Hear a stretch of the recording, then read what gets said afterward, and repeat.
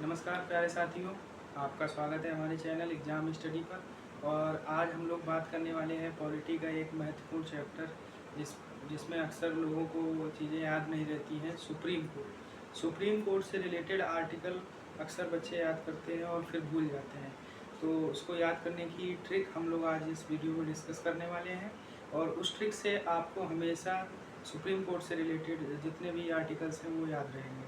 तो चलिए दोस्तों शुरू करते हैं। तो सुप्रीम कोर्ट का उल्लेख हमें संविधान में आर्टिकल 124 से 147 तक मिलता है। तो इसकी ट्रिक क्या होगी ये देख लेते हैं।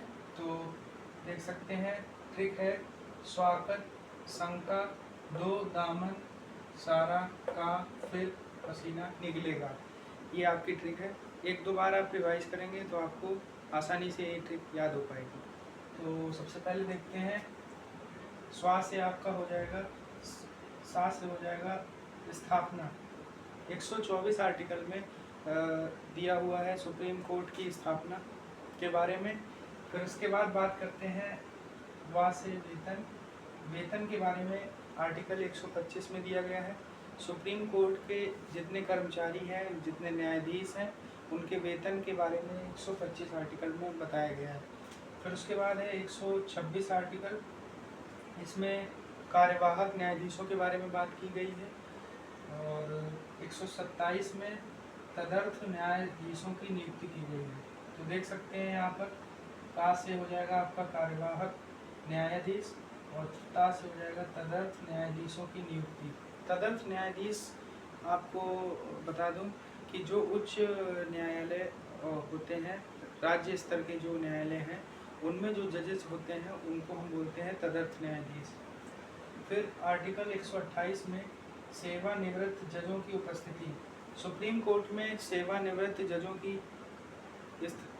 बंद करो।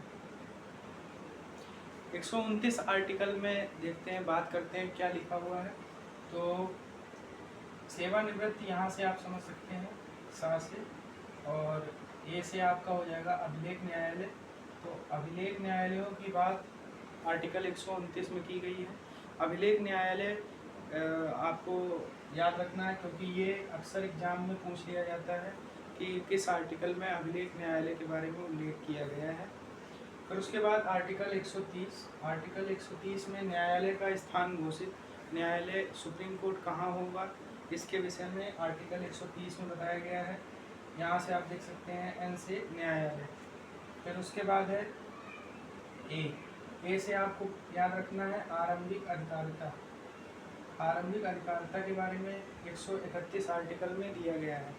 फिर उसके बाद 132 है। 132 के ए से आपको याद रखना है 132 कुछ ऐसे मामले होते हैं जिसमें हाई कोर्ट के जो मामले हैं वो सुप्रीम कोर्ट में फॉरवर्ड हो जाते हैं।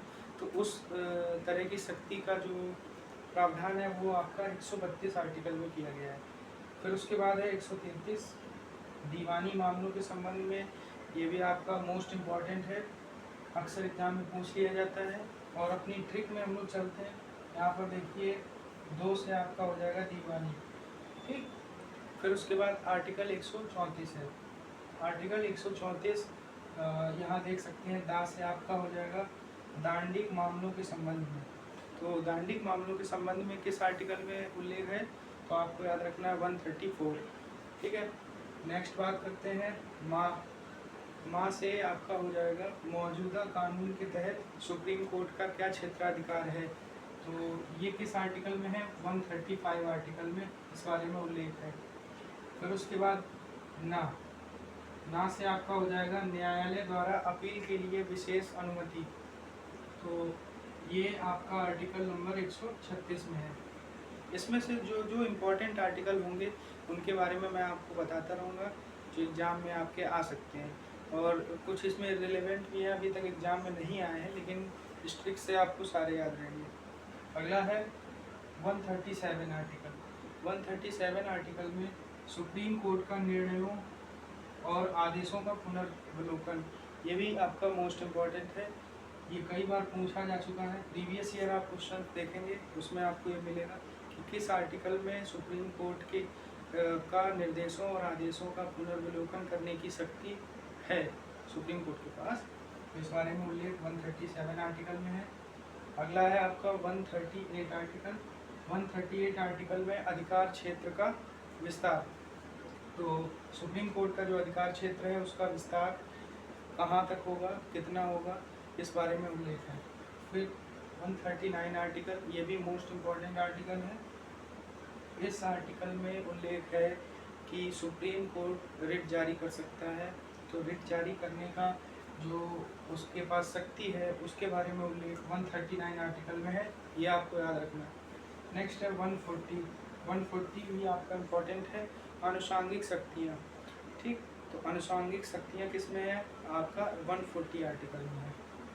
और यहाँ से हमने ट्रिक में नहीं बताया तो दोबारा बता दूँ कि 135 आपका हो जाएगा माँ से, फिर उसके बाद 136 न्यायालय, तो एन ना, और फिर उसके बाद सुप्रीम कोर्ट का निर्णयों व आदेशों का पुनर्विलोकन, ये आपका हो जाएगा एस से।